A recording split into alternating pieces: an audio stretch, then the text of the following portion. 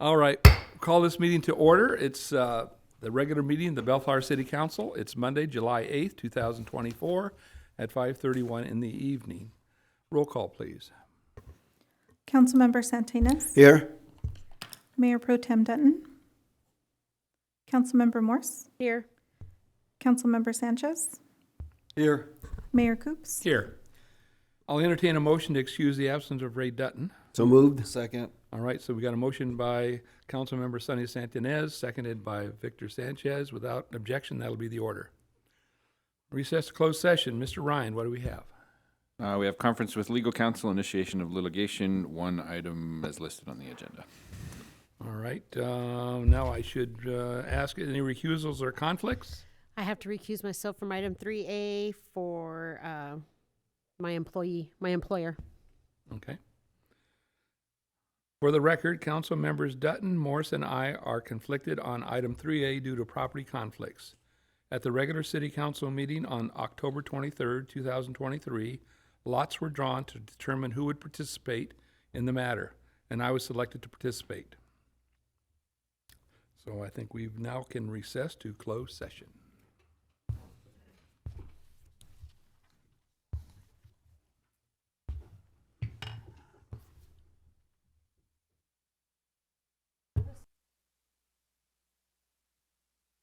Good evening, everyone. We're going to call this meeting to order. This is the Bellflower regular meeting of the City Council, Monday, July 8th, 2024 at 7 p.m.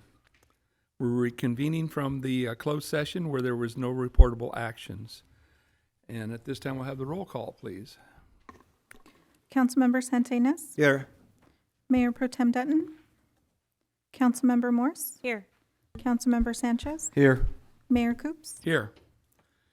I'll entertain a motion to excuse the absence of Ray Dutton. So moved. Second. So we have a motion by Councilmember Sonny Santinez, supported by Councilmember Victor Sanchez. Without objection, that'll be the order. Tonight we'll have an invocation be offered by Councilmember Wendy Morris, and that'll be followed immediately by Pledge of Allegiance provided by Len Gorecki, Assistant City Manager, and is also the Director of Public Works. Please stand with me.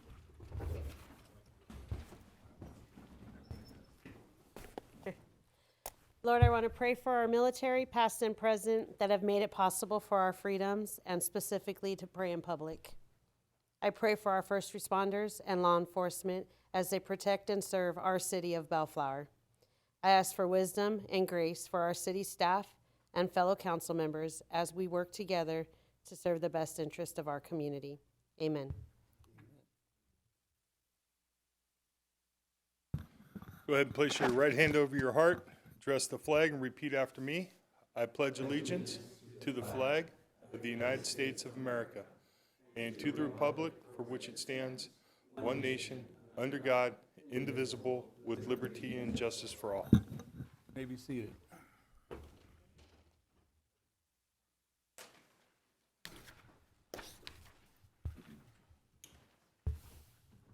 Council announcements, and I'll start off by talking about come join us downtown Bellflower for great music, dancing, and exciting family fun at the next Summer Street Fest. That'll be Thursday, July 11th. These events feature live music, food, craft, business vendors, inflatable slides, and games with Bellflower Recreation and Motion, also known as BRIM. The event begins at 6:30 and will conclude at 9:30. Entrance is free, so you can come and enjoy it, no charge at all. And there's vendor pricing will vary based on what you purchase. For more information, please call 562-804-1424, and that'll be extension 2261. Councilmember Victor Sanchez. Thank you, Mr. Mayor. Good evening, Bellflower. Save the date and join us on August 6th for the National Night Out and our final summer movie night at Thompson Park. National Night Out is a national community building campaign that offers an opportunity to get to know your local public safety team. The event will run from 6 p.m. to 8 p.m., followed by the screening of the movie Ghostbusters Frozen Empire, which will be shown in the field at Thompson Park. We hope to see you there. Thank you, Mr. Mayor. Thank you, Mr. Sanchez. Councilmember Sonny Santinez. Thank you, Mayor. Good evening, everyone. Join us for a community walk this Saturday, July 13, 2024 at 8 a.m. We will meet next to the Fire Museum and Main Event Center located at 16400 Bellflower Boulevard for some stretching before we walk the bike trail and pedestrian trail. We'll head south to Carruthers Park and then back. If you're feeling adventurous, continue north with us to Lakewood Boulevard. Kids, strollers, and dogs on leash are welcome. Don't forget your walking shoes. For more information, please call 562-804-1424, extension 2103. We hope to see you there. That's all I have, Mr. Mayor. All right, thank you, Mr. San Ynez. Councilmember Wendy Morse. Good evening. Due to a recent increase in mail theft, if you have witnessed or suspected you have been a victim of mail fraud or mail theft, please report it to the United States Postal Inspection Service. You can file a report online at www.uspis.gov/report or call 877-876-2455 or 800-275-8777. I really encourage anyone that's been a victim of mail theft to please make the report. That's all I have, Mayor. Tell them your own experience. I've been a victim of the mail theft numerous times in the last couple of months. I can't even, at least 10 times. So please make the report every single time. Please do everything you can so we can get on top of this. I appreciate it. Thank you. Thank you, Wendy. Public comments, Mr. Smoot. Thank you, Mr. Mayor. This is the time set aside for the public to address the city council on matters matters not listed on the agenda. Anyone wishing to address the city council should come to the podium, be recognized by the mayor, and state your name for the record. If you wish to address the city council on an agenda item, you may do so by approaching the podium as we review that particular item, and you'll be given 3 minutes to address the city council. So if you have anything that's not on the agenda, you'd like to come forward? Mr. Letourneau, nice to see you. Hi, good evening. City Council, let me put my name in before we start the countdown.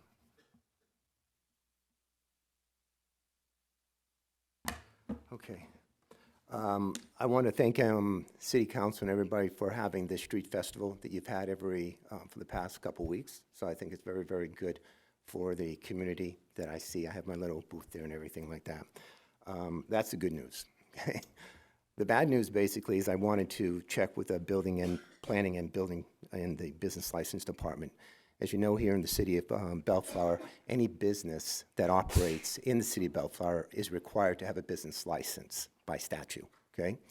I've asked to building department and planning department, and when you submit a set of plans to the city of Bellflower, okay, plans or architect plans or a structural engineering plans, there is no business license that is reviewed at all. Talk to the building department concerning that.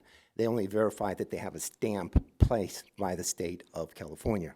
Also talk to the young lady, Carolyn Contreras, who runs the business license, okay? So that means that for the past couple of years, nobody has verified that they have business license. And I did ask building department and planning department and the lady at the business license, why is that not happening? And they have acknowledged, nobody's communicated to them that there's a business license required, okay, to get a business license there. I don't know whose responsibility it is. I don't know if it's city manager's responsibility, city attorney's responsibility, or city council's responsibility. It's not the citizen's responsibility, okay? But you have lost a tremendous amount of money that could be used, and that is by the state's, by your city statute, that you must have a business license here when you run a business in the city of Bellflower.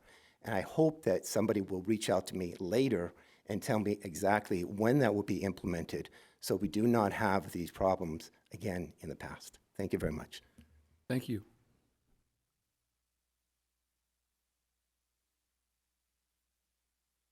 Mr. Mayor, and members of the Bellflower City Council, it's a pleasure to be with you tonight. My name is Charles Leon. I'm a coordinator with SCIU Local 721. Some of you, or maybe all of you, were able to see that letter that was sent earlier today that we also wanted to have included as part of the written record and public record for tonight's meeting. SCIU Local 721 represents the workers of SIACA, which is your Southeast Area Animal Control Authority. As you know, this joint power authority has been around since the 70s. There you've got the founding cities, you've got member cities, Bellflower, along with La Palma and Southgate and Buena Park and a number of other, or what's called contract cities. And so we wanted to raise to your attention the fact that we are going a year without a contract, negotiating with SIACA, SCA Local 721. We represent the workers. And I wanted to speak before you tonight because there are a number of cities that, as a part of the services that are provided by SIACA, we think there are some serious issues that need to be brought to your attention with the hope that you would be willing to step out and intervene with SIACA and some changes that we do believe need to be made with that agency. Now this agency, as we all know, is incredible. It's been around since the 70s. You've got the founding cities like Norwalk, Downey, Pico. We've got the member cities who meet once a month as part of what's called the Board of Commissioners, and then the number of contract cities. What's at stake is animal care. This isn't just a labor dispute. And as elected officials and leaders, we're asking you not just to sit on the sidelines and just to wait and see how this labor dispute plays out, but to ultimately to see what is it that happens in this agency? How does it impact Bellflower? Now, I'm a proud dog father. I've got 2 fur babies. I love animals. There's a number of animals that we all know. They're in the shelters. They're swarming. They're overcrowded. They're looking for forever homes. Bellflower, I'm sure, is a very pet-friendly city, and I'm sure you've got a number of households that are looking to adopt their next family member. This agency right now, the workers, constant disrespect, constant neglect, the operations have been impacted. Earlier today, in what was said there, going a year for us without a contract, and all we are as members, as union members, we're fighting for a living wage. The minimum wage right now in the city of Downey is $16. The average worker in SIACA gets paid $16.80 an hour. So yeah, they're making more than the minimum wage, but it certainly isn't a livable wage. That's the reason that the turnover is so high, and your vacancy rate is incredibly high with SIACA. It's actually a 40% vacancy rate. Now, as elected officials, you may want to know who your ACO is for that's patrolling and servicing your constituents and your neighbors.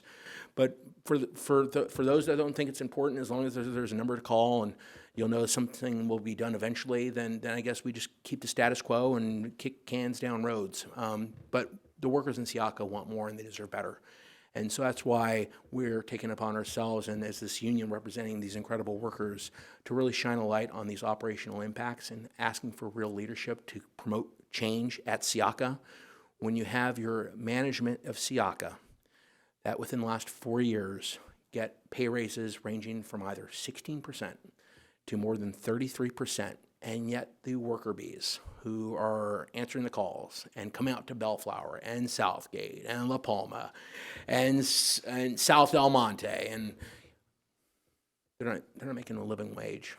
And on top of it, their health care is awful. The plan that's offered by SIACA is such an inferior plan that some, if not most, workers don't even participate in the health care coverage because the premiums are so high. But the executives of SIACA, 100% paid. There's something wrong with this picture.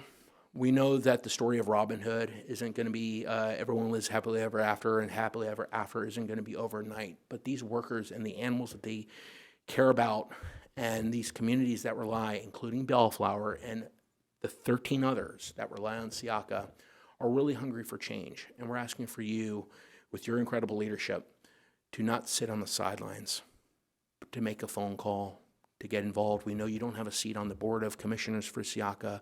Make a phone call SIACA, ask them what's going on. A 40% vacancy rate.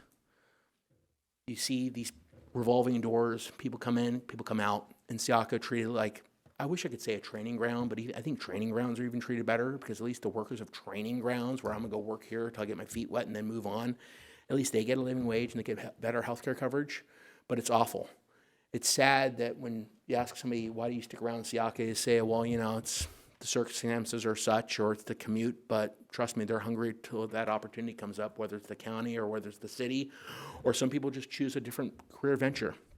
The animals deserve better. Your residents deserve better. We've kind of used up your 3 minutes, sir. I appreciate your leniency. And All right, again, but, you had a lot to say, and we Mr. appreciate Mayor, your coming forward. thank you so much for your time. Thank You want me to fill this out? Yeah, put your name and address. We make minutes from knowing that we spelled your name correctly. Did I do okay with public comment? Can you tell I've done this before? I wasn't too nervous, right? You did great.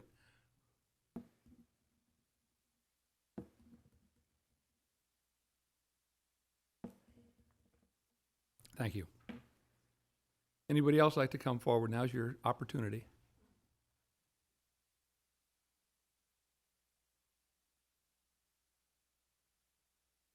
Hi, Priscilla. Nice to see you. Good to see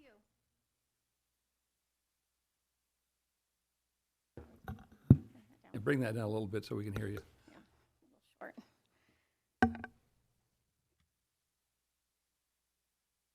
Okay.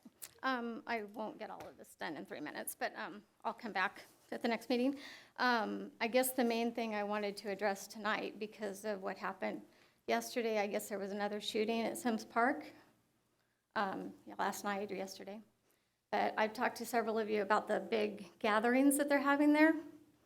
And not all of them are associated with a women's club. Some of them are, some of them aren't.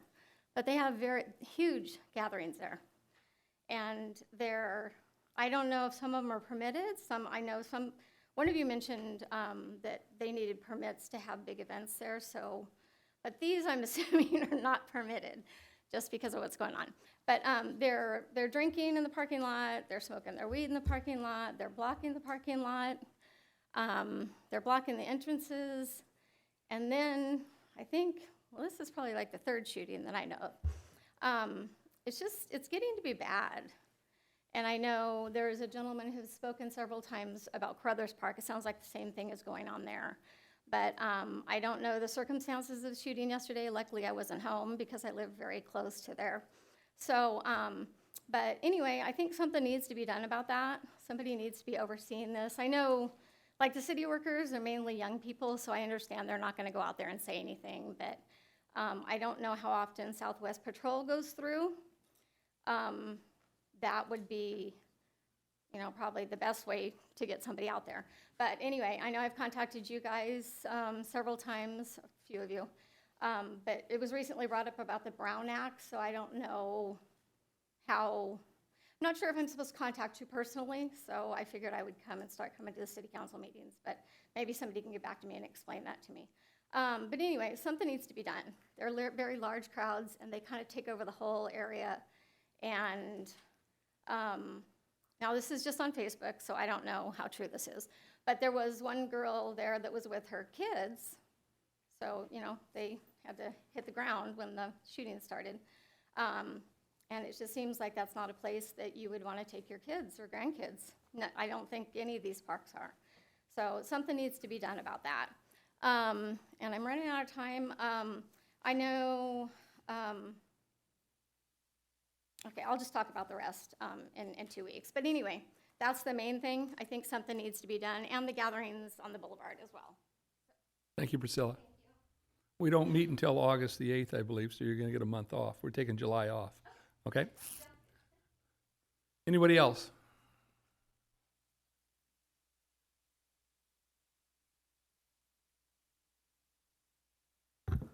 Yes, sir. Honorable Mayor and City Council members. Your name, please. Oscar Villagomez, Okay. manager at Bracken Creek Library. We're glad you're here. We always got something positive to say about our public library. Yes, just positive comments today. So I want to, inform you guys and the community about our summer programs, and they're continuing into July. The first one is our summer reading program. It'll be going on into the first week of August, and we invite community members of all ages to sign up, win prizes, win books, just read. And our lunch program is also continuing for the month of July. So currently we are serving about 30 lunches, but that can go up to 60 easily. So I just want to get the word out, invite the families, and this is for kids up to 18 and younger. And that would be Tuesday through Fridays from 12 to 1. Only thing is, again, they have to eat the meals inside the library. So that's just kind of the limits that we have, is that our meeting room is not the largest. So I think we can easily fit like 60 at least for that hour. How has your attendance been at the events you announced before? Is that going well for you? Yes, we are getting Did you families have back. reading with dogs, or was that? Yeah. We haven't brought the dogs back. You're right. I know our librarians are working on that one. Okay. But we do have, at the end of this month, on July 31st, we have the Super Science Super Show for the kids. Okay. And that would be at 3 p.m., which is July 31st. we're also continuing the Summer Stars tutoring program. So the reading portion just is going to end this week. Starting July 16th is going to be the math portion, and this is for kids in grades 1st through 6th grade. There is still space, so those who still want to And sign how up. often does that meet? Though they're meeting 3 days a week, so it's Tuesday, Wednesdays, and Thursdays that they come in, and What they'll times get do they a. get- what- And so it's It's by elementary appointment. school age, and it is held in the morning time? It's in the afternoons, and whoever signs up would get an appointment, so it'll be the same time every day for those Right. 3 days that they And will meet provide with the tutor. phone number or the email address as to how you're contacted for For that. that one, they can just go to lacountylibrary.org to Okay. find more information. It's all on our website. Because that's a real opportunity for the kids to stay involved during the summer break. Definitely it is. And for the reading portion, we had 56 kids sign up. Okay? One more time. Oh, you're doing good. You got a whole 54 We still got a whole minutes, 50 minutes. 54 seconds. So we're hoping to get, the same amount for the math portion of it. And then finally, for adults, we have on Tuesday, July 16th in a week, we have a paint night. So we invite the adults to come out, and should be a fun evening. All right. Well, thanks for coming. I always look forward to having you come in on Monday nights and bring us up to speed. Thank you. Thank you. You're a great resource in our community. Anybody else have anything to like to announce or promote or question, criticize? We're here for you. Seeing none other, Mr. Smoot, we'll move on to public hearings. 11A.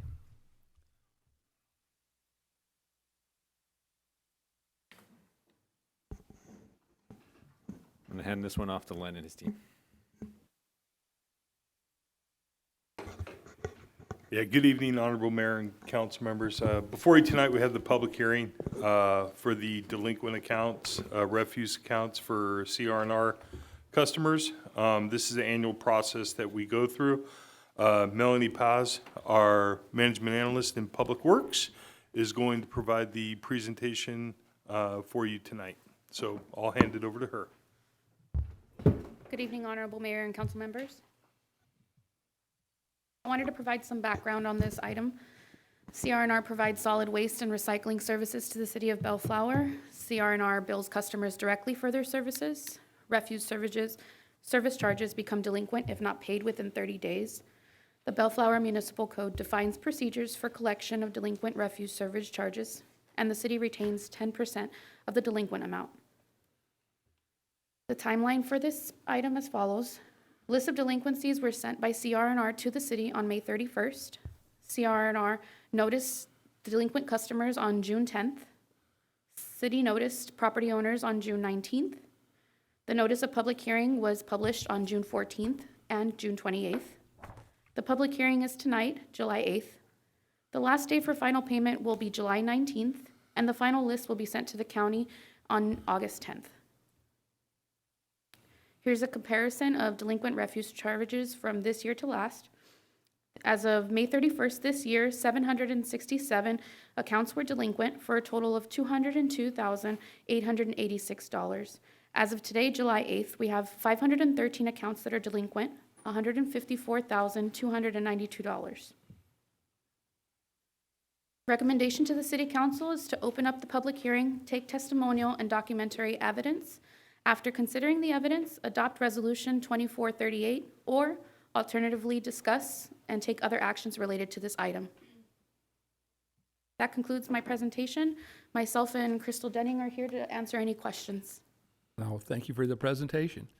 And so any questions? Ms. Morris, do you have any questions? I do actually. So as I said earlier, I've been a victim of mail theft through this Bellflower Post Office quite often lately.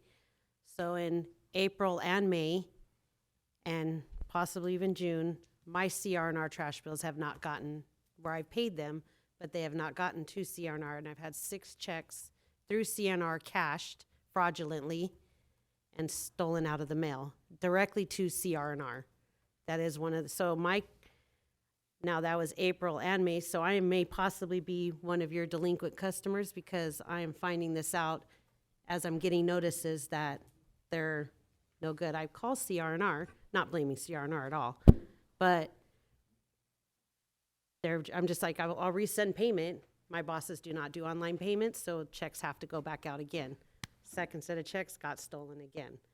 So I could possibly be one of these people. The last thing I would want is it to go on my tax bill when I'm not trying to be delinquent. So my question is I can't possibly be the only person in Bellflower that has had this happening to them. It seems to be the thing is to steal they're not even altering the name or anything. They're just cashing them. Whether it's 800, 60, it doesn't matter. So how are we making sure that some of those people are not the same people that are in the same boat as I am right now?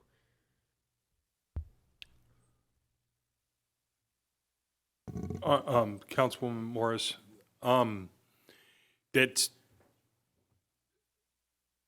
that's a tough situation because I think we all understand what's not only been going on here in Bellflower, but it's also happening down at Lakewood's post office and other places.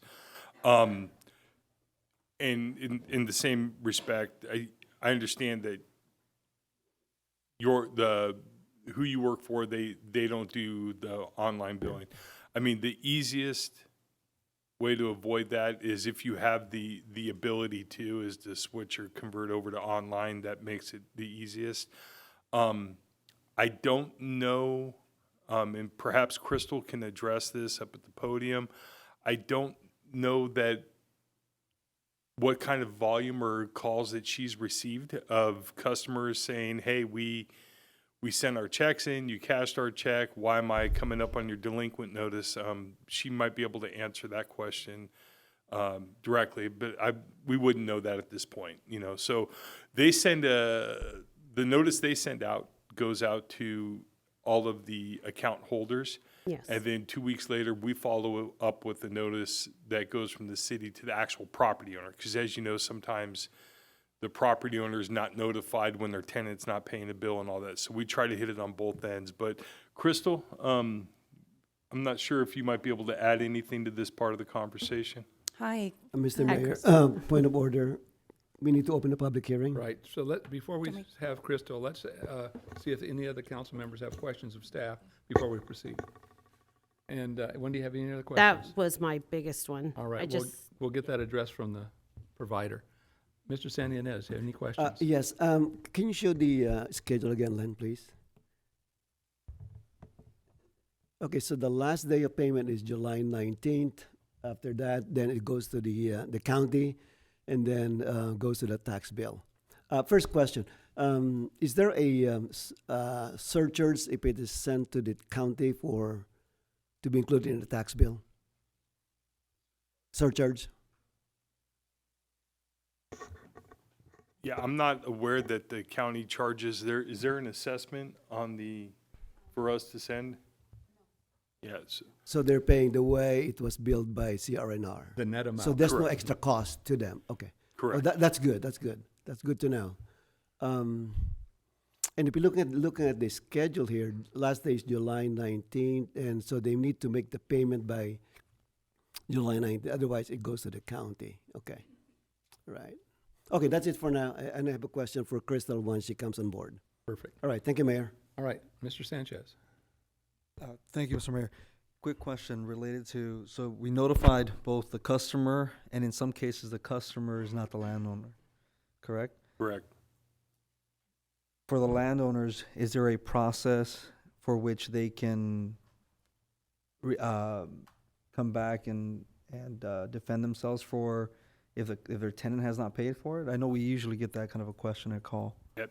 So CR&R can weigh in on that because, once it goes to collections, it's administered between CR&R and the client. Yes, each year we have somebody that comes up and says, I'm the property owner here, the tenant, unbeknownst to me, opened up an account, then they skip town after 6 months, and I get stuck with the bill because it's assessed to the property. I'll let Crystal answer that one a little better and stuff.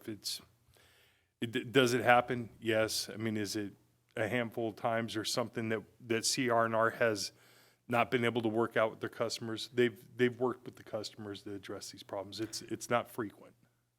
And for some of those customers who are finding themselves in a tough time, and this may be a question for CR&R as well, are there payment plans available for them? Yeah, I'd defer it off to CR&R. Okay. I'll ask Crystal. Thank you. Thank you, Mr. Mayor. All right, Mr. Mayor, I just have a follow-up question. please go When forward. we send the delinquent bills to the county, is there any charge for us? Did they charge us extra money for that? The county, does the county charge us? Not that I'm aware of. Okay. This is actually, the county's implementing a new system this year. You have to upload the assessment through their new web portal. So we're kind of going through that for the first time, the Oh, county's okay, new process this year. I can go back and look at, but I'm not aware of any surcharges being charged off to us for the use of the portal. Oh, But I see. I can certainly dig that up and report back to the city council. Okay, that'll be good. All right, thank you, Mayor. All right, so all the questions have been asked, and we're going to ask to open the public hearing. I'll make a motion to open the public hearing. I'll second. All right, so we have a motion by Councilmember Sunny Santa Ynez, supported by Councilmember Wendy Morse. Without objection, that'll be the order to open the public hearing. So we have some questions that developed, and so Crystal, I'm going to ask you to come forward, and maybe we can address those right off the bat. So let's start, let's do Wendy. She had the ones having to do with lost payment. Good evening, Mayor, Councilmember. Hi, Crystal. Have you guys had more customers than myself calling, saying the same thing I'm saying, my mail was stolen? I appreciate you bringing that to light. I have not heard any feedback from any other customers explaining that there was an issue with any type of mail fraud or anything to that regard. I have not received any feedback of that. To echo the comment from staff, from Mr. Garecki, certainly would encourage if that has occurred from other type of situation with a payment mailed, whether it's a CRR or another vendor. We certainly have the ability to be able to make payments online. In addition, we also offer, if you want to call and make a payment over the phone, we do have that ability as well. Okay, Sonny, you had some questions. Yeah, my question is, do you know if the county charges us anything for sending the bills to them for collection? I am not familiar with the county's process, if there's any sort of admin fee or any charge on that end, but there isn't anything that CRNR sees on our end. Okay. So I'll make a comment on that because the picture is getting clearer to me now. And my question, Len, can you show the chart comparing this year's and last year's? Okay. So if you look at this year compared to last year, you'll see that there's I would say kind of a modest increase. So from 347 to 513 accounts. Do you see the trend among your other city customers? In terms of whether we're rolling over, I can't say whether it's going up or down. In terms of trending, it's been pretty consistent in what we see. And this time there's the balance is around the same, just the number. There's a lot of lower balances that we're seeing this cycle than we've usually seen. Well, the balance is about 50% more than last year. It's one from 108 to 154. So that's about maybe 40 plus percent increase. So I was wondering if a part of that is because of the mail theft. Yeah, I couldn't speak to that, whether it is or not. Because I know that some of my neighbors got a disconnect notice from Edison and the gas company because their checks were not received by those public utility companies. So I was wondering if it's one of the factors of the increase. So that's maybe one thing to consider. So, okay. I didn't hear any feedback coming to tonight's meeting, but I will also check with our team just to see if there's been any feedback from any customers that have called in regards to mail fraud. But I have not heard any, have not received any feedback regarding that. Okay. All right. Thank you. Thank you, Mayor. All right, Mr. Sanchez, have any questions? Could I say one more thing? Oh, Because when you're saying that, Sonny, so the theft for our stuff specifically started mail that went out on March 27th, payments that were made. Then again, May 22nd or 23rd, and then June 7th. So it was sort of, and then mind you, the checks have also been cashed, but now that they go through our accounts, so when we are seeing then they're assigned by random people, not CR&R, that's all just transpired in June, and that's where my concern was coming in, because when I got final notices saying, first I got a notice, like, hey, your trash bill is bad, but I just thought, sometimes it takes a little longer in the mail, at first that's what I told myself until this stuff started unfolding. But I had actually called CR&R, and I even at one point said, look, this is all CR&R. Maybe you guys need to look at an employee. Do you want these names of the people that have signed the back? But they didn't really seem to care so as much. I was just like, all right, I'll just get your guys' payment back out to you. But that's where my concern is. It's just some of these people may be a victim of this theft. And they're right now catching up. Because I was literally, like I said, June 7th just happened a month ago now, but I'm playing catch up right now. Councilmember Morris, just a question, just out of my own curiosity in hearing this. When you're submitting, when the payments have been submitted, particularly in the case payments made to CR&R, was that using our remittance envelope, or was that? Yes, your remittance envelope. Okay. And they're placed in there separately because I have several buildings I take care of. Okay. So I've literally had 6 checks cashed that were not cashed by you guys though. So go ahead, Victor. Sorry. No, thank you, Councilmember Morris. On that note, I kind of was thinking a little bit, indulge me for a second. Is the August 10th a drop hard deadline by the county? Okay, that answers my question. Yes, that is. Would it be possible, okay, is there a possibility for CR&R to do one more notice to folks out there with the delinquency, just in case? In terms of timing, I don't know, in terms If of mail, if they possible. would receive it by then. Yeah. We can discuss that with staff.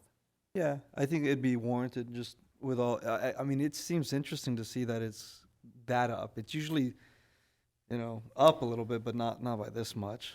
And to clarify, even leading up to the timeline in the table in terms of notices, there's also been additional notices prior to this, even that we have on a monthly basis if the account's been delinquent. In some cases, also follow-up calls from our team as well. Okay. So these aren't some of the first notices, depending on the time frame of the balance and what is due. There have been other multiple notices that have been sent out prior. Fair enough. And then I had a couple of other questions, sorry. I know that in the past, and Crystal, you're amazing at that. You've always, there's been someone here in the audience that have a concern and you've always addressed it with them. Can you just for the record, so that someone else who may be watching who's not present, how can they reach out to, if they have a circumstance that's out of the normal, like we normally have? Yeah, certainly call, contact CNR in terms of this. If you received a notice in regards to the property tax notice, let us know. That way we can reach out to you, follow up in terms of any questions. There was a question about possible payment plan, and we have provided some assistance with that if there is a need, so. Perfect. Very good. Thank you. Appreciate it, Crystal. Thank you, Mr. Mayor. Thank you, Mr. Sanchez. The envelopes that you so graciously provide that are postage paid, they're attractive to those. If you see an envelope that's going to CR&R, there's about a 99% chance that there's a check in there. So it's That's why I was very curious attractive. to understand if that was, Yeah. if the No, envelopes it were being used definitely in those is. scenarios. Okay. Right. Thank you for clarifying. that. Yeah. So you may want to try a different envelope. Yeah. No, when she said it, Yeah. it clicked in my head. Yeah. I didn't think I mean, about you're that. just kind of saying, here's our money. And I am getting, that is what brought it to my attention is I was getting the final notice that, like I said, I realized one was missing when the next bill came, and then, the mailers are definitely going there. Don't get me wrong. It is. And the calls. I've received the calls also. So I would like to say that is 100% correct. The thieves don't seem to steal the invoices come to the tenant.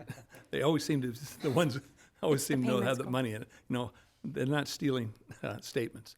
It's always the reverse. But thank you for your testimony. I'm going to open up to the public. Mr. Mayor, if yes, I can, got Mr. another follow-up. Goreki has an answer to my question. Okay. So if you can share Mr. the answer. Gorecki, you have the floor. Yes, actually, the finance director, Tay Ray, actually just contacted me and let me know that the county does charge a 25-cent surcharge per parcel. So they do charge a surcharge that's incorporated into the assessment that gets placed, and it's 25 cents per parcel. And the city pays for that. The city pays city. for that? No, Who pays for that? the 25 customer cents? pays for that. Oh, so it's added to the tax bill. Correct. Oh, okay, Yeah, it's okay. added to the So tax. it's the invoice amount of the past charge plus 25 Or cents. CR&R, I think Tay's saying be nice if he was down here. But I think he's saying CR&R pays the Was assessment. he watching from home? Yeah. It's upstairs. All right. Yeah. Can I have one more comment to Crystal?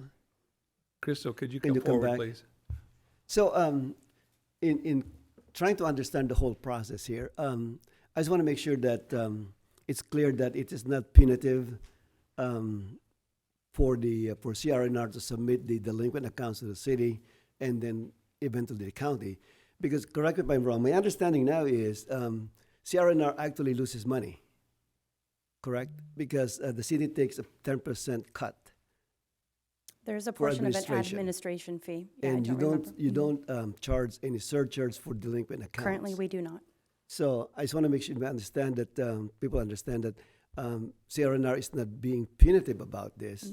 In fact, they are losing money. First of all, they're sending is it 3 mailers that you send out?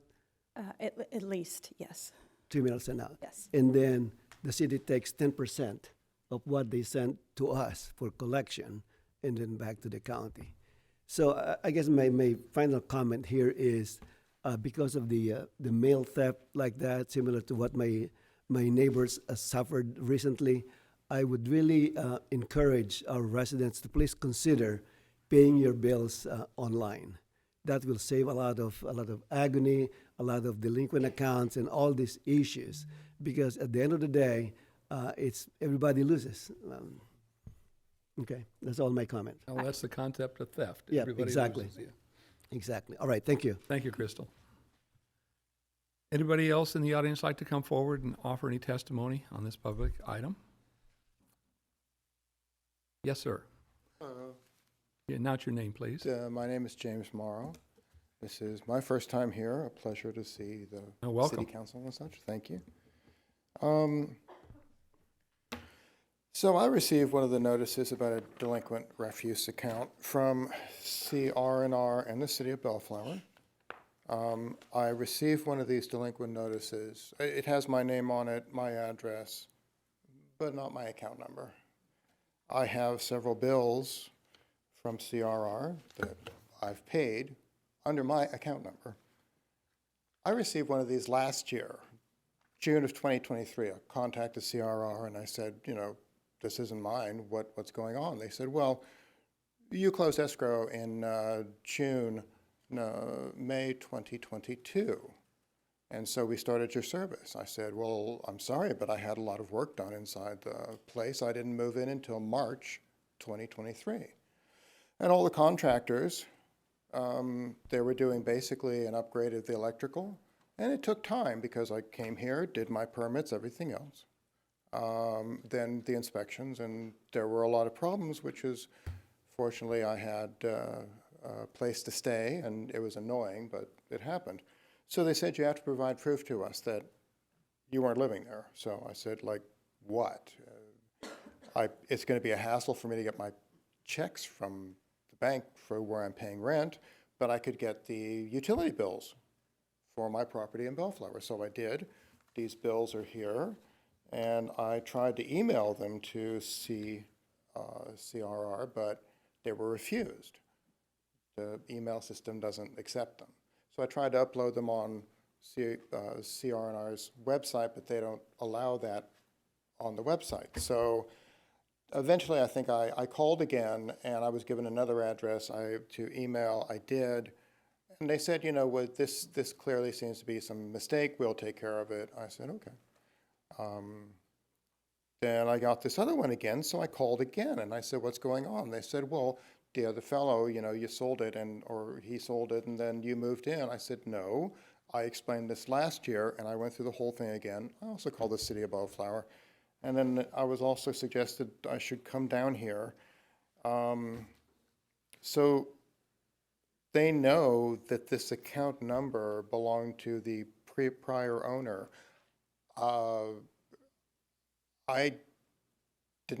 There was nobody there who was putting the trash out.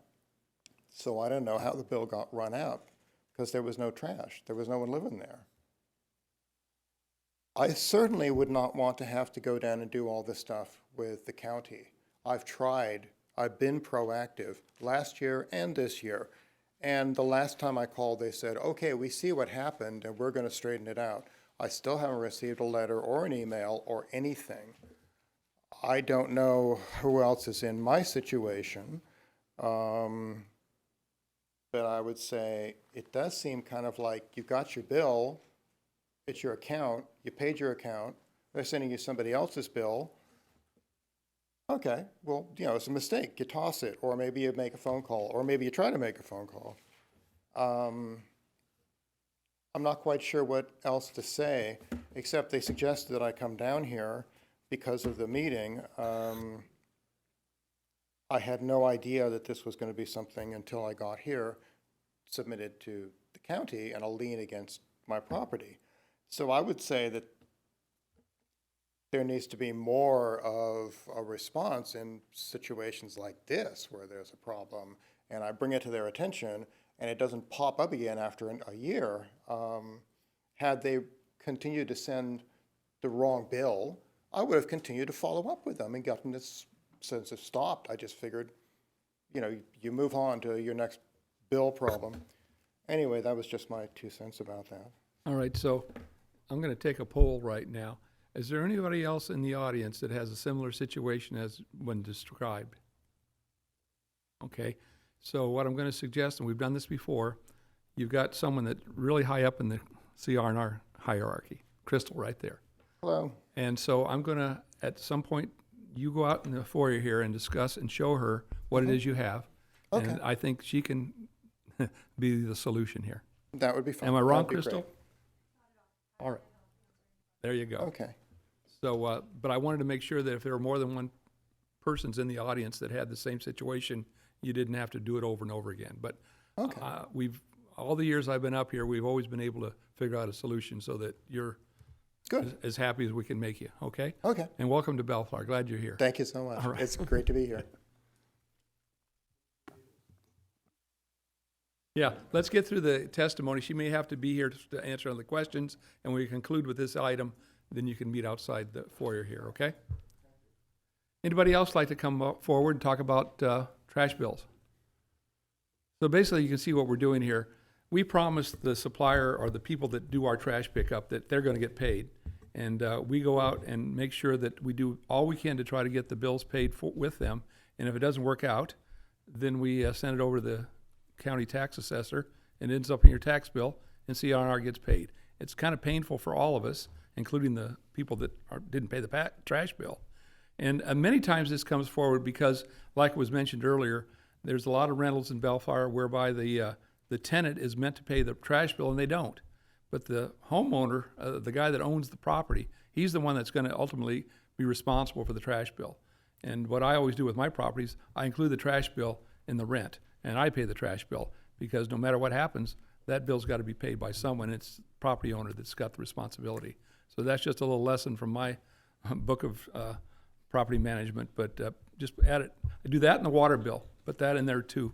And that way, if they don't pay the water bill, I'm always going to have to pay it anyhow. So learn from that. But if there's no one else giving testimony, I'll call for. I'll make a motion to close the public hearing. Second. So we have a motion by Sonny Sandinez, closing the public hearing, seconded by Victor Sanchez. Please poll the council. No, we're going to just close the public session and move on from there. Any other comments before we go on? And I ask for a motion for approval or whatever we're going to do. Okay.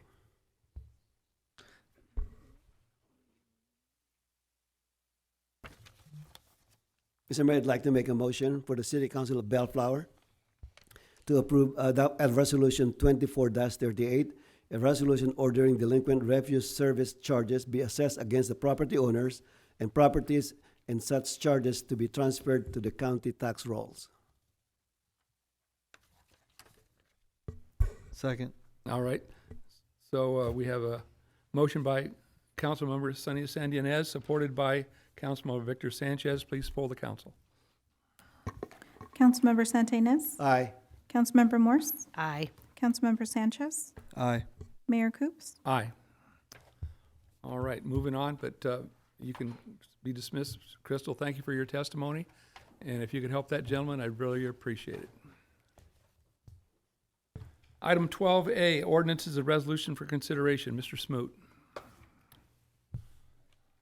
Thank you, Mr. Mayor. I think Travis is putting up a little presentation for us to include some of this. But the What you have before you this evening is consideration and I possible have a action- conflict, I'm sorry, Oh, I'm sorry. for my employers within that, within 1,000 feet of there. I'll recuse myself.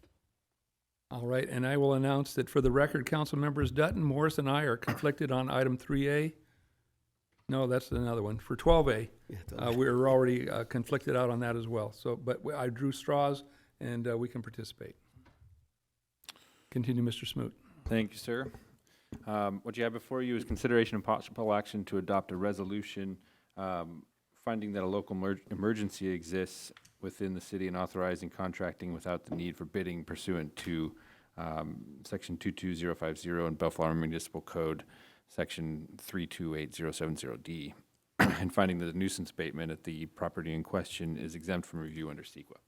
So what Travis has put together here is some photos of the existing conditions at this property that include overgrown vegetation throughout the property encroaching upon the public right-of-way, some dilapidated wrought iron fencing surrounding the property, and vegetation, as you can see on the left picture here, encroaching into the public right-of-way along all sides of the property and including into the private properties on the west side of this property as well, among other nuisance conditions. This property owner has entered into a compliance agreement with the city and has failed to comply with that compliance agreement. We've notified the property owner that these conditions exist and reminded him of his commitment to abate these nuisances, and given him the appropriate amount of time within which to comply with that compliance agreement. And to date, that has not happened. This resolution would declare these conditions to be an emergency and allow the city to go abate these nuisances on our own. And I'm happy to answer any questions that you have. All right. Any questions of Mr. Smoot? Mr. San Ynez? Yeah, I just want to get to make some comments. This is a property that was presented for development about 2 years ago, and I think it was Mayor Coops and I were part of the subcommittee, and we were very excited about this proposed development. That is the gold property on the west side of Bellflower Boulevard, between Ramona and Cedar. And one of the major attractions of this development was Sonic Burger, and we were just kind of excited for this development to happen. And so a year passed after the CUP was granted, and then last October, we extended the CUP for another 6 months, and then nothing had happened since then. So it's to the point now that, as the city manager mentioned, we will abate this property consistent with the various ordinances that the city has. We have taken similar actions to other vacant properties in the city, and I really feel sad that we are taking this action, but it's an action that we need to take to make sure that our ordinances are consistently applied. So I'm still hoping that the owner will come back and go through the process again, apply for this. It's the door's not closed. He can come back and apply for a CUP again and go through that motion. And I'm hoping that that's going to happen very soon. So, but in the meantime, we want to make sure that this property is well maintained. It's abated and kept clean, consistent with our ordinances within the city. So, thank you, Mayor. Thank you. Mr. Sanchez? Thank you, Mr. Mayor. To kind of piggyback off of Councilmember Santinez's comments, it's an unfortunate what we're having to do here tonight that this project did not come to fruition. It is a project that we were extremely excited about, that the community was excited about, and at the end of the day, it's just unfortunate that it's not coming through fruition. But like Member Santinez mentioned, we have to be consistent and we have to regulate the vacant lots equally. And so I believe that we need to be we need to handle this immediately, as quickly, as swiftly as possible, to ensure that it does not continue to be an eyesore. And also, I do agree that hopefully in the future, he could develop it, he can come back. The door's not closed, but at the end of the day, it's only fair that we enforce our municipal code. And with that, I would just want to entertain the conversation of increasing the amount of funding. Currently, it's up to 300. I'd like to increase it up to 500. For precautionary reasons, I'd like to give staff the ability to fully take care of this property. It deserves to be clean. It deserves to be well maintained, and it's important that we send a message to all vacant property owners. We're going to do our jobs to beautify our city, one parcel at a time. And I'll conclude my comments with that. Thank you, Mr. Mayor. Thank you, Mr. Sanchez. Can staff put back up the picture of the property as it looks today?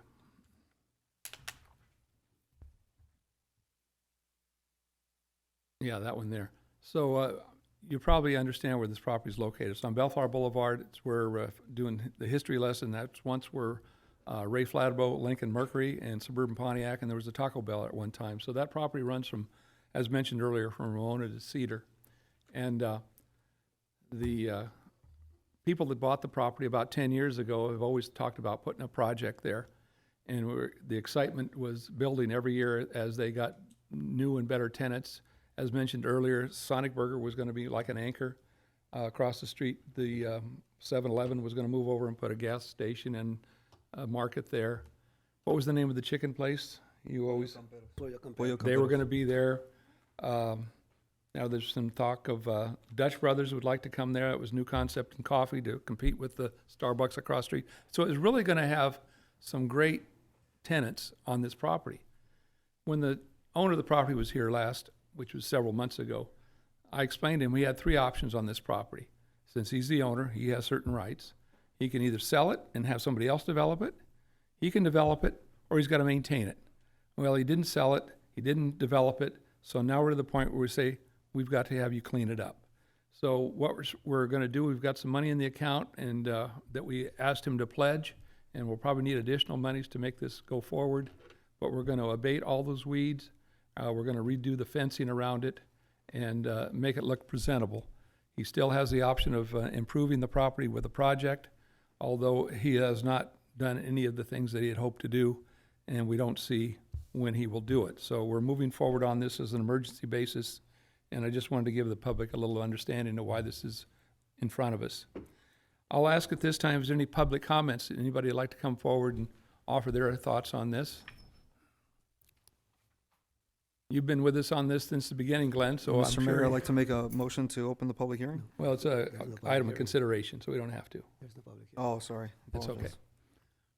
Glenn, tell us what you think. It's Guy, by the way. Guy, Good evening. So I'm glad to see that this is going to be going forward. I've been looking at this property for, seems like forever, and very concerned on how it, just the overall appearance, and I'm glad to see we're going in this direction, and I feel like he had plenty of time and all the opportunity to do what he was supposed to, and he hasn't. So I'll be looking forward to getting this place abated and cleaned up. Thank you. Thank you. Anybody else have any comments on this item?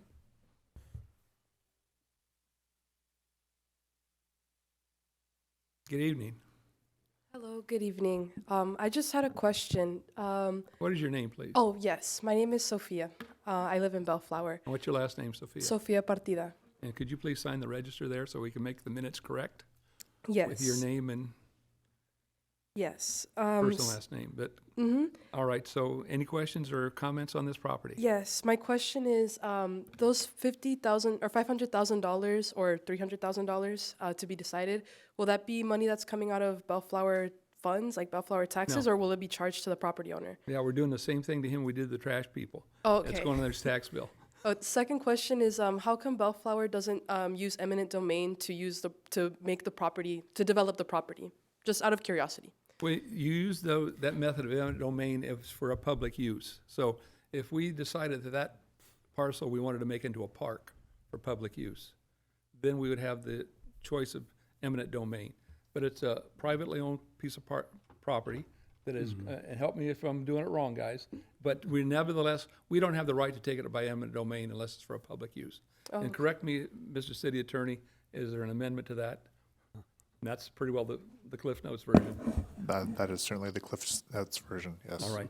We don't have the right to take it unless it's for public use. Okay. If Bellflower were to consider it for public use, what would be the steps that would be taken in order to make that happen? Would it have to be from a city council initiative, or is there a way for the citizens to kind of make it happen, or what does that look like? The property would need to be appraised to find out what the true value is. And then the city council would look at it and say, well, what kind of project for the public good can we afford to do, and what will it cost? Say, for instance, we want to put a park there. Well, the acquisition of the property is one part of it, and the gentleman who owns the property now would have to accept what we offer him, and if he doesn't, he can take us to court and ask for more money, and the court would decide what we pay for it. Then after we pay for it, we have to figure out a way to do the development, and for instance, in a park or a place, public parking.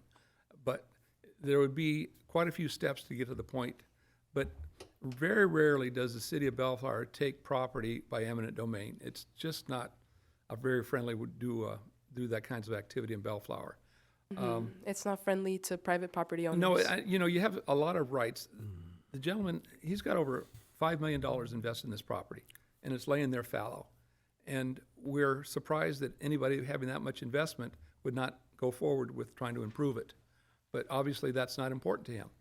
But as I said earlier, over the years, we've made a lot of promises to the public based on what was going to be placed there, based on the promises he made to us. And we really wanted the project to go forward and still want it to go forward. We're very anxious to have it done, but I'm not sure if he's going to start to build on this thing in 3 months or 3 years. We don't know. But he can still sell it, and somebody might come in there and start moving dirt around 6 months from now. We don't know. But he has certain rights that go with that property, and we don't mean to encroach on that. But so far, he's not lived up to the promises that he's made to us.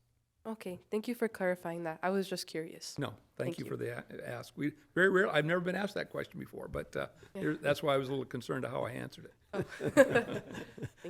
Thank you. If I can add, Mr. Mayor, about Yes. eminent domain. We've exercised eminent domain. A good example is when we extended the parking lot from Walnut all the way to Arkansas, that's parking, we purchased property through eminent domain. And one big factor is the cost. That's almost 3 acres. So that's going to be a lot of money. And that property was purchased 10 years ago, and I'm sure from what he paid for it and what it's worth now is significantly different. But again, it's surprising to all of us that he hasn't done something with a $5 million piece of property right in the heart of Bellflower. And to that point, we had really hoped, when you look at the Bellflower Boulevard, and we always are proud of how much his development has occurred, and we could have chosen to start at the railroad track area where we built the event center and the parking structure and the Serrano project. That all had city support to get it going, because we felt as though things on the other side of the freeway out of Lakewood, that would get legs of its own. That if we had this project privately funded, that there would be others that would come along. And you can see we have the Exchange, the old Penny's building was rebuilt. You can see the other businesses along the boulevard have come to life. We have the new Starbucks over there, and that shopping center is going to progress. So the next great areas of Bellflower on Bellflower Boulevard that will be projected to be improved is everything that's on the south side of the 91 freeway. And this is the key piece to all of that. And it's a big disappointment for not having something actively going forward at this time. We still hope that it does, but right now we just want to make sure that it doesn't look blighted. Anything else you want to add, Sonny? What do you think? Okay. How about Victor? Yes, Mr. Mayor, I'll add one more thing. I meant to kind of elaborate on this a little bit. I think this is a perfect example of some of the challenges that council and city face. I think there's a misconception sometimes that we can just, force a grocery store or force some type of specific development in a certain area. And the truth is that we aren't able to do that. We can only zone, and then we can only promote our city as much as our economic development team does, which they do a very good job of going to these conferences where all these developers are at. But the challenges with that is at the end of the day, even a project like this that was already entitled, that went through the process of getting the architectural plans and everything done, and basically, just wasn't able to actually come and finish the process and get the permits going to actually do the work and grading and move it forward. Those are some of the challenges and the realities in local government that we face. And so, like I said, I wish that we could ask a grocery store to open up or whatnot, but it's not that easy. And so I do want to make sure that that's kind of understood. Thank you, Mr. Mayor. No, and to his point, we had, was it Northwest, what's the name of the market that? Northgate Market had designs on that, but the property wasn't quite large enough for the parking lot. And so as a result of that, Northgate didn't go there, but they are now in, what's the other market? Different market is now going in where the Kmart once was, because that's a big property. So if we don't win on one property, we try to take our thoughts over to another one. But if there's no more public comment, okay, I usually don't, but yeah, because you're so nice to me. Yeah. My other question was, is the city allowed to sue the property owner because they're neglecting the lot, or is that not how it works? Well, you know, we're not suing anybody here, but when he gets a bill for $500,000 that he has to pay us for fixing the property, I think that's going to send a pretty strong message. Oh, okay.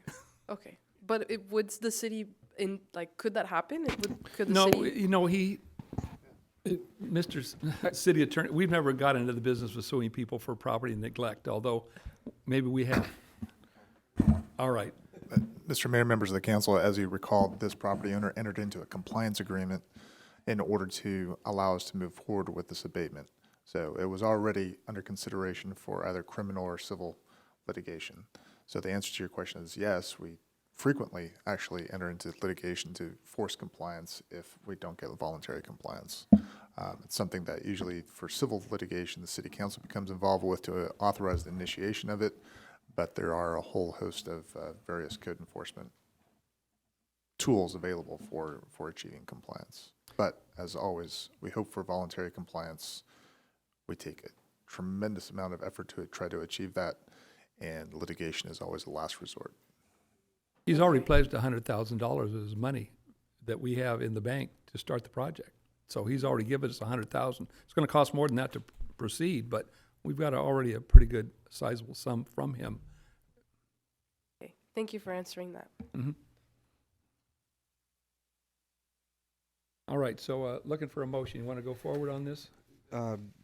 Yes, Mr. Mayor, thank you. I'd like to make a motion to adopt resolution number 24-39, a resolution adopted pursuant to Bellflower Municipal Code, Chapter 2.20, and Public Contracts Code 20168, finding that a local emergency exists within the city and authorizing contracting without the need for bidding pursuant to 22050 and Bellflower Municipal Code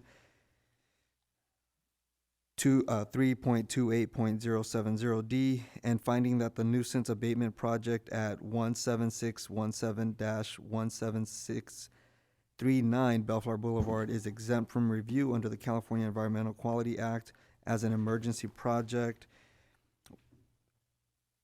And with that, adopt resolution number 24-39 and authorizing funding up to $500,000 for the nuisance abatement project at 17617-17639 Bellflower Boulevard. Second. I'll second the motion. All right, we've got a motion by Victor Sanchez, seconded by Councilmember Sonny Santinez. Please poll the council. To be clear, the amendment is to Section D of the resolution. I'm sorry, Section 3D. Section 3D of the resolution amending 300,000 to 500,000. Yeah, it went from 3 to 5. Give you guys some wiggle room. Councilmember Santinez. Aye. Councilmember Sanchez. Aye. Mayor Coops. Aye. 13A, consideration item, Mr. Smoot. We need to call back All Councilmember right, would Morse. somebody please collect our Councilmember Morse?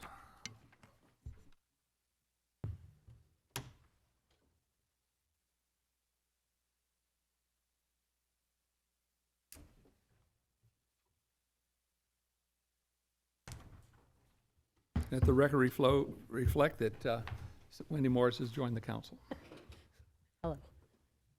Thank you, Mr. Mayor. I'm going to ask Travis to run the slides on this one for me if he doesn't mind.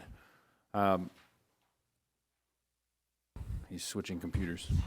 So, as you're all well aware at this point, some time ago, the City Council established an ad hoc committee consisting of 2 members of the City Council, among a number of members of the residents of the community, local business owners, public safety professionals, et cetera, to consider how you might be able to meet some of the priorities and address some of the priorities that your residents had brought to your attention.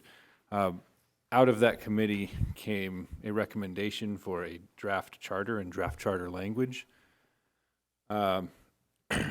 We solicited feedback from residents over the last couple of years as to how this charter might be implemented and what their thoughts on the charter may be. Those survey results were presented to the council as part of 2 public hearings required, as well as a number of other special meetings held by the city council over the last few years. But specifically the survey results were presented on May 13th of this year.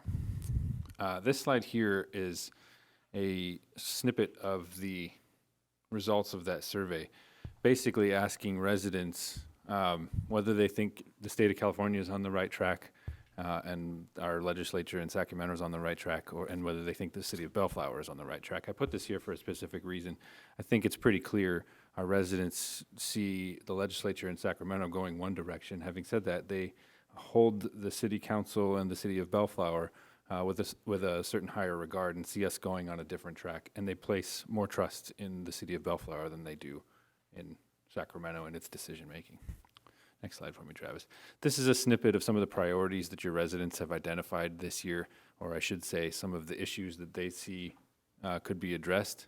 And adopting a charter for the Bellflower community would at least help the city start to address some of these issues.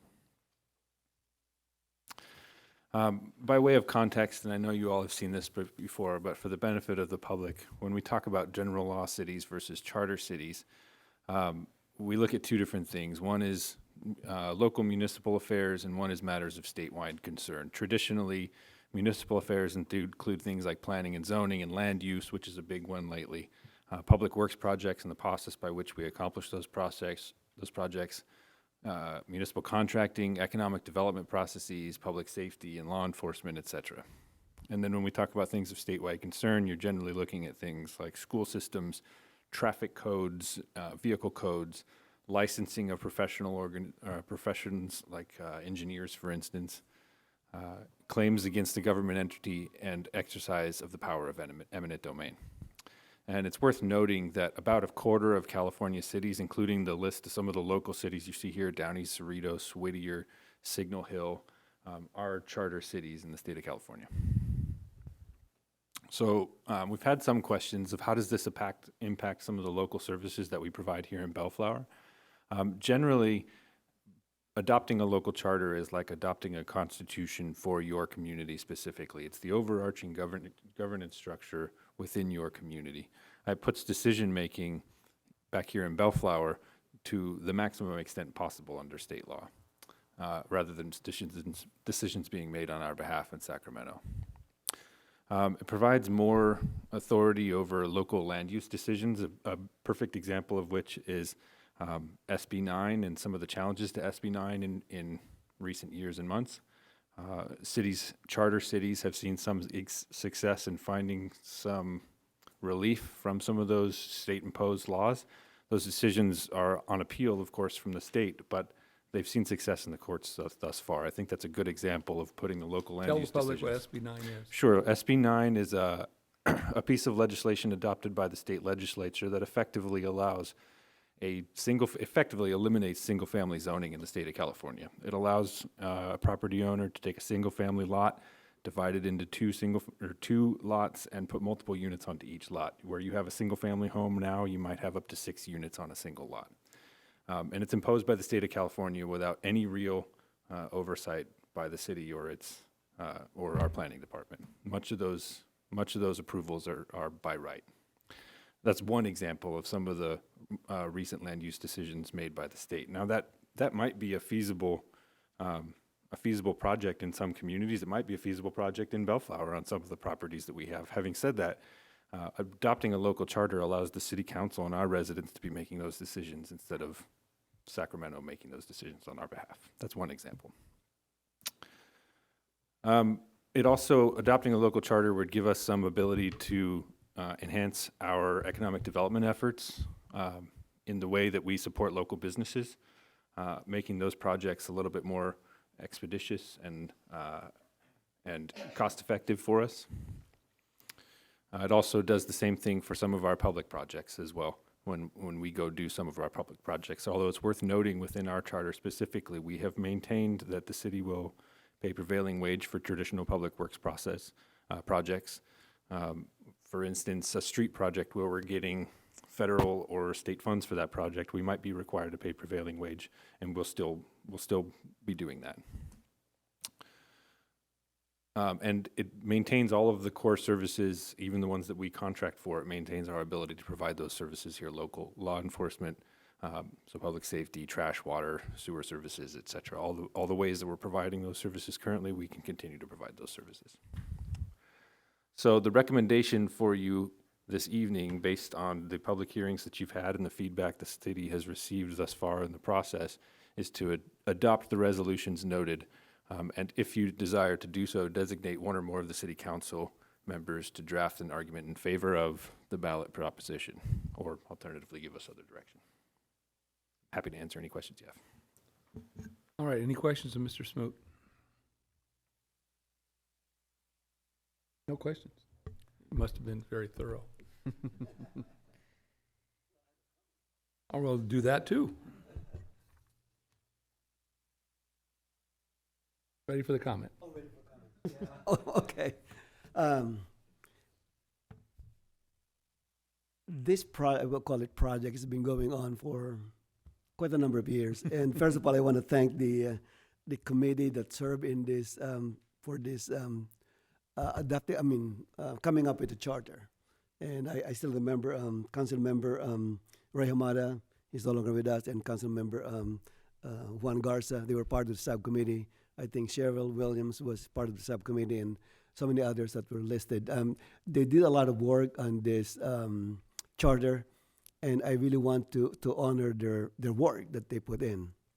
And I think we're at a point that we need to carry this to the finish line. One thing that I want to emphasize, and is one of my motivation in adopting the charter, is to me the best example was the Fantasy Cakes. We tried to improve Fantasy Cakes in terms of their signage. It took them so long to find a contractor because they need to pay the prevailing wage, and there's very few contractors who would take on that small job. It's about less than $20,000. So how many contractors would do a project like that and go through all the hoops, register with the state and all these Department of Industrial Relations, all these things that they need to do for a $20,000 project? To me, that's the best example of why we need to go on why we need to adopt a charter. Once we adopt the charter, then it gives us the flexibility to pay based on project labor agreement, okay, not prevailing wage. But keep in mind, as the city manager emphasized earlier, on big projects, we'll still be paying prevailing wage. But I'm more focused on these small projects that we are using our business improvement dollars to help our businesses. So that means that we can help more, and then the process will be accelerated. There's going to be less red tape, and we're going to be more responsive to our businesses. So I'm really encouraged by the council to really go forward with this adoption of the charter. So that's all I have to say, Mr. Mayor. All right, I appreciate it Thank very you. much.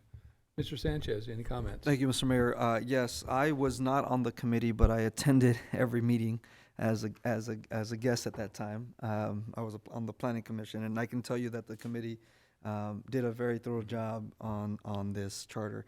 The fact that the language is only 4 pages, it's clean, it's neat. It allows for this body to really do its job of the citizens.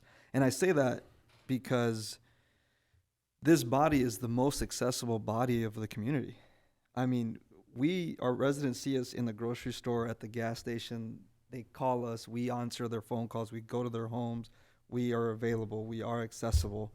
And this charter actually empowers the community more, meaning that we would be even more responsive to their needs.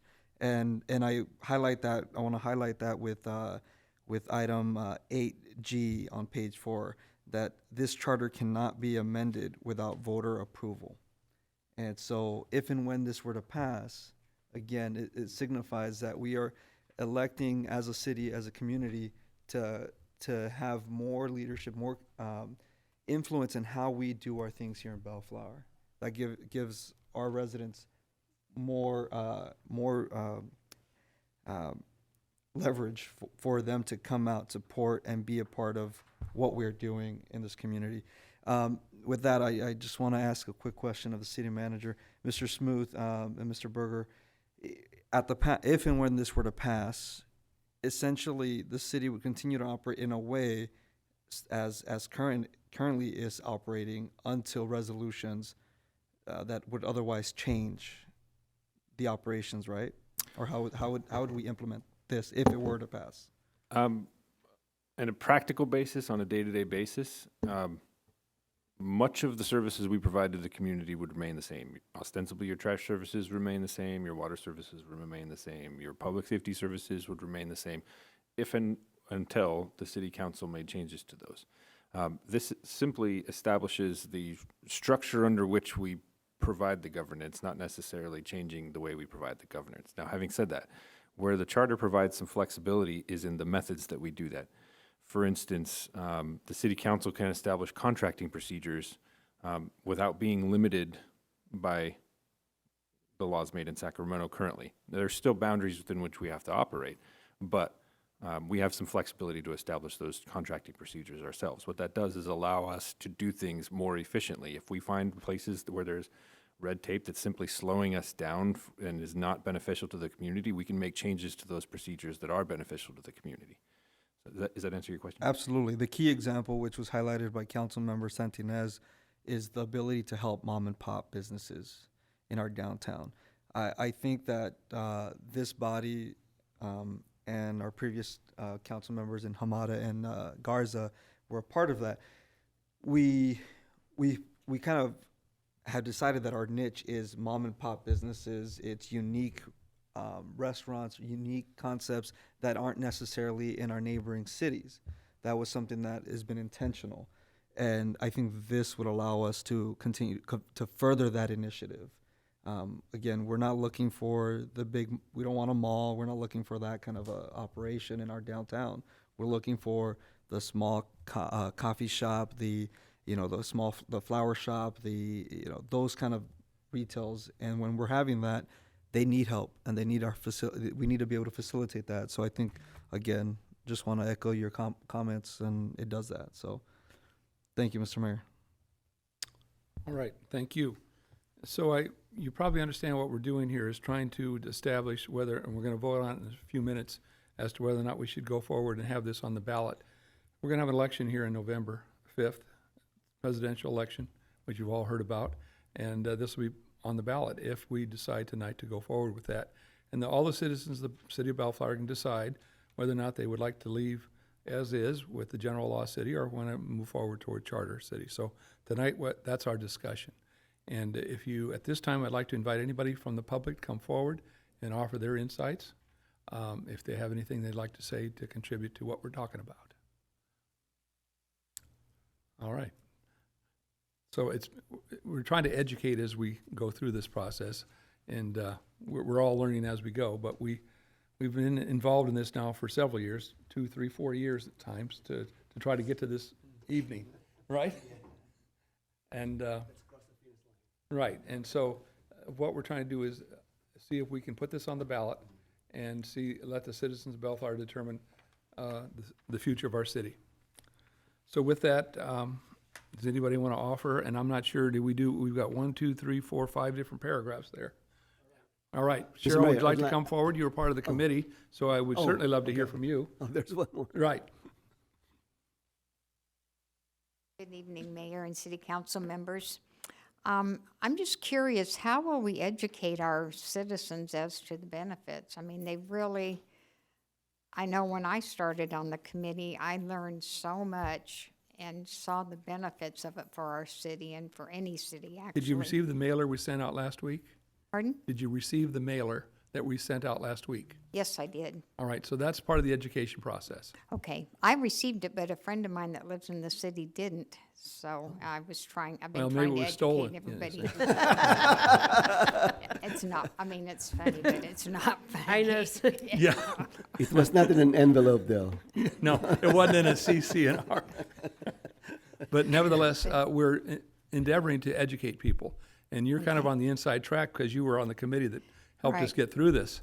And so I appreciate you endorsing what we're trying to do. Yeah, I'm going to tell every neighbor I can find and encourage anybody I can encourage. Like I say, I learned so much. I have a master's in public administration, so I do know a little bit, but it was an education beyond No, an and you can see education. how we're trying to get out of the clutches of the state of California. Absolutely. And you can imagine if you have lived in a nice house all your life, and all of a sudden, by right, the guy next door can pull down his house and build 5 apartment units right I there. know, and it happens, and there's no parking on any No, streets anymore. and see, and they never It's consider, crazy. what about the sewer system? That was never meant for 5 houses. yeah. What about the electricity? What about the water? They just put it in and hope for the best, Exactly. and it doesn't work. It doesn't. But anyway. But Cheryl, I appreciate you coming forward and historically showing us what you thought before and continue to support that effort. Yeah, and anything I can do to help. No, get you it just keep out coming to there, the meetings,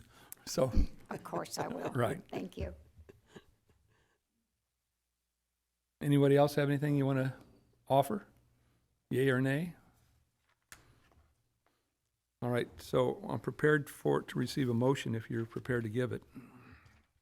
Mr. Mayor, I'd like to make a motion for the City of Bellflower to adopt Resolution 24-40, a resolution adding a proposition to the ballot for the previously called November 5, 2024 special and general municipal election pursuant to Elections Code 9222, and adopt Resolution 24-41, a resolution requesting the Board of Supervisors of the County of Los Angeles to add a ballot proposition to the previously consolidated special and general municipal election to be held on November 5, 2024, with the general election to be held on that day pursuant to Election Code 10403, and adopt Resolution 24-42, a resolution directing the city attorney to prepare an impartial analysis of the proposition seeking voter approval for a city charter.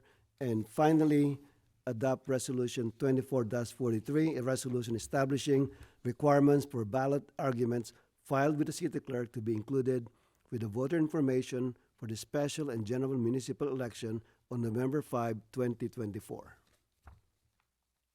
Thank you, Sonny.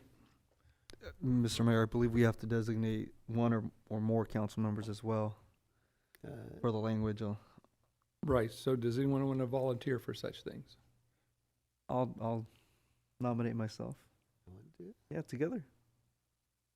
This is one or more. It doesn't say one.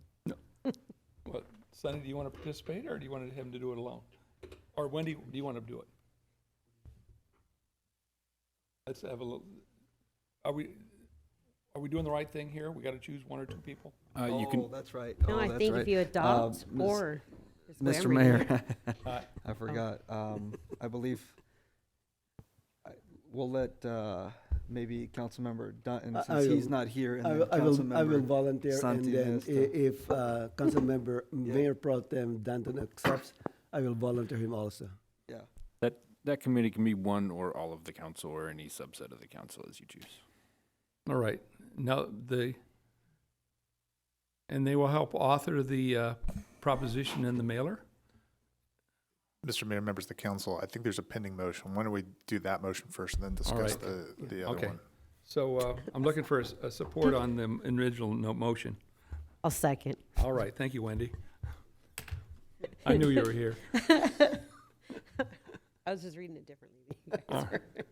All right, so we got a motion by Councilmember Sonny Santinez and supported by Councilmember Wendy Morris. Please poll the council. Councilmember Santinez. Aye. Councilmember Morse. Aye. Councilmember Sanchez. Aye. Mayor Coops. Aye. All right, so, Mr. Attorney. So, Mr. Mayor, members of the council, so there are different ways that you can set this up if the entire council wishes to be on there in support of an argument in favor of the ballot measure. the council can designate one author and then just sign on to whatever that author creates. Or it can assign an author and have it come back to the city council for approval and be adopted by the entire city council, and then everyone would be on as a signatory. Either way works. If it's one author, though, you can't all be participating and looking at edits ahead of time. The reason that I say that would be then a Brown Act issue from the standpoint of distributing an argument in favor of ahead of time. But if you designate one author to draft the argument and then bring it back for discussion during the city council meeting, that's acceptable.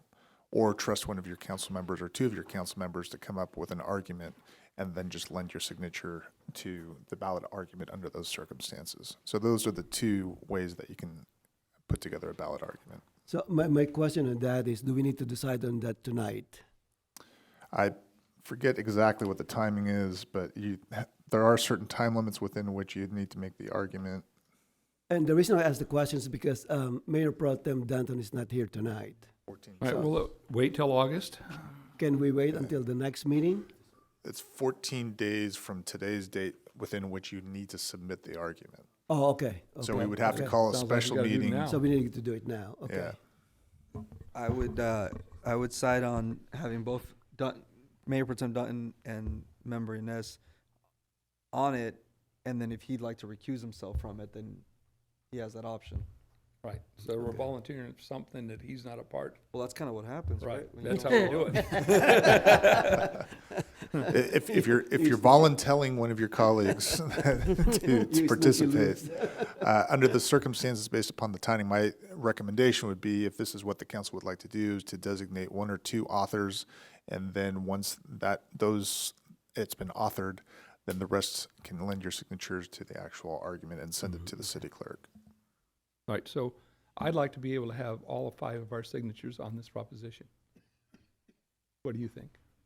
Oh, it's up to you. I mean, Well, I would suggest that we all okay, own up to this.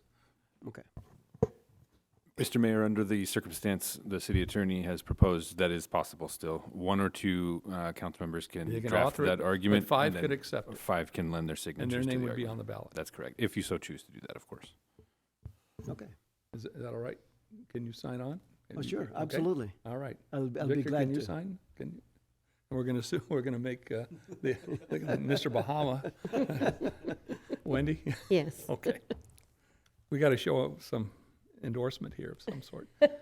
All right, so, Ms. City Clerk, do we now have enough information for you to go forward? All right, We would need a motion for the subcommittee, if that's. all right, so I need a motion for the subcommittee. I'll make a motion to nominate Councilmember Santinez and Mayor Pro Tem Dutton to the subcommittee. I'll second. Thank you, Wendy. It almost died. Almost. I think the 4th of July holiday got us on the... So we have a motion by Councilmember Victor Sanchez, supported by Councilmember Wendy Morris. Please poll the council. Councilmember Santinez. Aye. Councilmember Morse. Aye. Councilmember Sanchez. Aye. Mayor Coops. Aye. Mr. Mayor, before we leave this topic, I just want to make a comment. Mayor Pro Tem Danton is not here tonight, and as you noticed, that the vote here was 4-0. But I believe that if he were here tonight, I would say that he would. It's a safe bet that he would vote on the affirmative, because based on his previous comments in prior meetings, this is not the only meeting that we discussed the charter. He made various comments in previous meetings, and his comments were very positive. So I just want to recognize that for tonight's meeting. Thank you. Moving on to the consent calendar. Have any recusals or conflicts on the I do consent have calendar? no apparent conflict, but 14B, Kingdom Causes, my employer is their landlord, Okay. but there is no apparent conflict. All right, so I you're going just to wanted to participate make it in public record. I could participate. that. All right. Any items that need to be pulled? Any other council members have an item they'd like to discuss? Mr. Mayor, I just want to pull item 14B for a comment. That same one that Wendy just Yeah, indicated? And Mr. Mayor, I'd she like, reminded me. All right, and Mr. Mayor, I'd like to pull item 14E for a comment. okay. All right, let's start with 14B, Mr. Santinez. Yeah, I just want to kind of ask staff about this, about our agreement with Kingdom Causes. They do a wonderful job. So when the fiscal year is finished for 23-24, I'd like to request if we can ask them to make a report to the city council, because I really want to highlight the efforts that they do for the city and the wonderful job that they do. So, thank you. I don't want to speak for them, but I'm sure they'd be more than happy to do that. All right. Thank you. Since, Mr. Mayor, since we pulled this item, I'd like to just highlight something on it real quickly, briefly. As Councilmember Santinez mentioned, they do a great job. And specifically tonight, if approved, we would be supporting rental assistant funds of $91,000, case management assistance for $55,000, and then administrative fees of $16,000. So it's a total of $162,000 to go back into our community to help families in need. So I just want to highlight that. I think that's something that our city does well. It does not get maybe we don't market it and we don't do a lot of publicity with it, but every year, without a doubt, we are helping up many families with those fundings. So I just want to highlight that. Thank you. No, and as was indicated by Mr. Sanchez, that money is administered through Kingdom Causes, and they are able to identify folks in our community that may need help paying their rent. And this $162,000 is part of that fund that we use to keep them from becoming homeless and supporting their trying to survive. And that's one of the things that city has always put in their budget, and we're glad to do it. But we don't make a big deal out of it because it's a delicate situation when you have to ask for money to maintain your domicile. But we're there to support best we can. Any other discussion? Item E, like Edward. That was brought forward by you, Mr. Sanchez. Yes, thank you, Mr. Mayor. On this note, I know that we have been, and when I say we, I mean all of us have been very adamant about placing more trees in our city. And so I just wanted to highlight 14E because this is a grant that we were awarded by the USDA Inflation Reduction Act on urban and community forestry. This is a grant for $1 million that will be administered through the Green Latinos, and they will be planting 500 trees in the city of Bellflower. And I know that we have all been strong supporters of this, so that's kind of exciting, and I just wanted to highlight that. Thank you, Mr. Mayor. No, it's kind of cool that we've got $1 million to plant new trees and replace some of those that are very tired. So, if there's no other discussion, I'm looking for a motion to approve the consent calendar. I'll make a motion. I'll second. All right, we have a motion by Councilmember Wendy Moore, supported by Councilmember Victor Sanchez. Please poll the council. Councilmember Santinez. Aye. Councilmember Morse. Aye. Councilmember Sanchez. Aye. Mayor Coops. Aye. Council reports. Wendy, you want to talk about stolen mail or anything? It's a hot topic for me. But no, I had a Anything? nice 4th of July, and that was it. All right, thank you. Yeah. Mr. Sanchez. Thank you, Mr. Mayor. Just no comments for tonight. Just great work today. Thank you. Mr. Santinez. Thank you, Mr. Mayor. I just want to thank again staff of the Parks and Recreation Department for the wonderful movie showing they had last Tuesday. Barbie, the movie, on the rooftop of the parking structure. It was the first time that the movie was shown on that venue. It was a great location, especially with the backdrop of the sunset. It was, if you were there, you would have enjoyed it. And there was free popcorn, free hot dogs for the first 100 people who came, and it was well attended. So again, kudos to staff. Thanks again. Hopefully we can increase the showing in that particular venue. So thank you, Mr. Mayor. Thank you for your report. So, as always, I usually have something I'd like to do to adjourn in memory of someone, and tonight's someone very special in our community. And his name is Roy Heron. He was born in a small town in Illinois in 1927. Roy passed away on July 5th at the age of 97 years old. Roy was one of 12 children that had fond memories of a happy childhood and a warm family life. He moved to California during the high school years, attended Downey High School.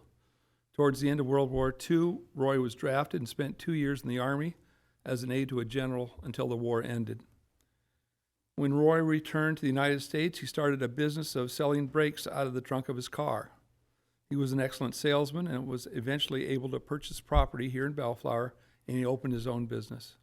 It was called Southern California Brake Supply, located on Alondra Boulevard. The building is still there that he still owns. He ran the business for approximately 50 years. Roy and his wife, Georgia, purchased a Bellflower home in 1956. They were married for 74 years. They valued family time, were wonderful parents, dearly loved their grandchildren and great-grandchildren. Roy was a proud American, an avid reader. He loved to garden, and until the age of 95, he continued to mow and care for his own yard. When it became time to celebrate Memorial Day, he was the guy that went around the neighborhood with the little flags, made sure everybody got one on the front yard. I mean, that meant that much to him. He was a well-known figure throughout the neighborhood, having lived in the same house since 1956. Roy survived by his wife, Georgia, 4 children, Cynthia Chris, Dinah Jazowski, Curtis Heron, Scott Heron, 8 grandchildren, 2 great-grandchildren. Deepest sympathies and heartfelt condolences go out to the Heron family. I've known Roy a long time. I met him in 1970 when I was working at a hardware store in Bellflower, and we used to have his brother, Tom, install the brakes on our trucks, and that's when I first met Roy, 53 years ago. And since then, he was always a customer of mine buying appliances. I had the privilege of having Cynthia Heron Crisp as a classmate of mine. She's here with us tonight, and thank you for being here. He was a special guy, and a success story here in Bellflower. I mean, he lived his entire adult life here in Bellflower, raised his family here, had his business here, continues to own the building that's now, if you know the window dealer out there on Alondra, right next to our Butterfly Park, that's where he operated from. But he was just a real gentleman of a man and a great businessman. Lived in the executive tract before it was the executive tract. I mean, that started in 1956. He was one of the original owners over there. And what an honor to have him as a neighbor and a friend and someone who really made Bellflower better. Raised his family here. His one son, Curtis, I got to know. He would come by my store and we'd discuss values of properties in Bellflower. He lives in Japan, but he always came back to Bellflower to visit his parents, and he usually came by my store to talk with me. So it's with a heavy heart I adjourn our meeting in Roy's memory, but he exemplifies the best of Bellflower. And I can't impress you enough. He led by example. Not a big guy, not a guy that's out there beating the drum for himself, just kind of stayed in the background, took care of business, noble guy, honest as the day is long, lived a great life of 97 years. His wife continues to be alive, although she's in ill health. And he died in his terms. He wanted to stay in his house. He wanted to be prepared there, and he wasn't going anywhere. And again, part of the success story is that neighbor who's also here tonight is provided food and care whenever they needed it. And that's, again, part of the Bellflower success story, that we can always depend on our neighbors to take care of ourselves. But he died on his terms in his home. And one little side story, when my father-in-law was ill about 10 years ago, he wanted a chair that could lift himself up because it got hard to get out of the chair. And he liked that chair so well that he died in that chair. And so after we got the chair back, I put it in my warehouse, and Clyde Wilson, my neighbor across the street, decided he needed the use of the chair, and he spent 24/7 in the chair, and he basically died in the chair. And then there have been 3 other people that have used the chair, and they all seem to have, it's called the chair of death. So Roy needed a chair for him and his wife, and I had warned him, and his daughter Cindy, I said, this chair's got a legacy here. And I'm not saying Roy died in the chair, but the chair is in his house right now. But this is a heartfelt condolence to your family, Cindy. I mean, you guys did great in town, and I appreciate your friendship and what your parents did for this community. So we're going to adjourn the next regular meeting to Bellflower City Council at 5:30 p.m. on Monday, August 12th, 2024. We're adjourned.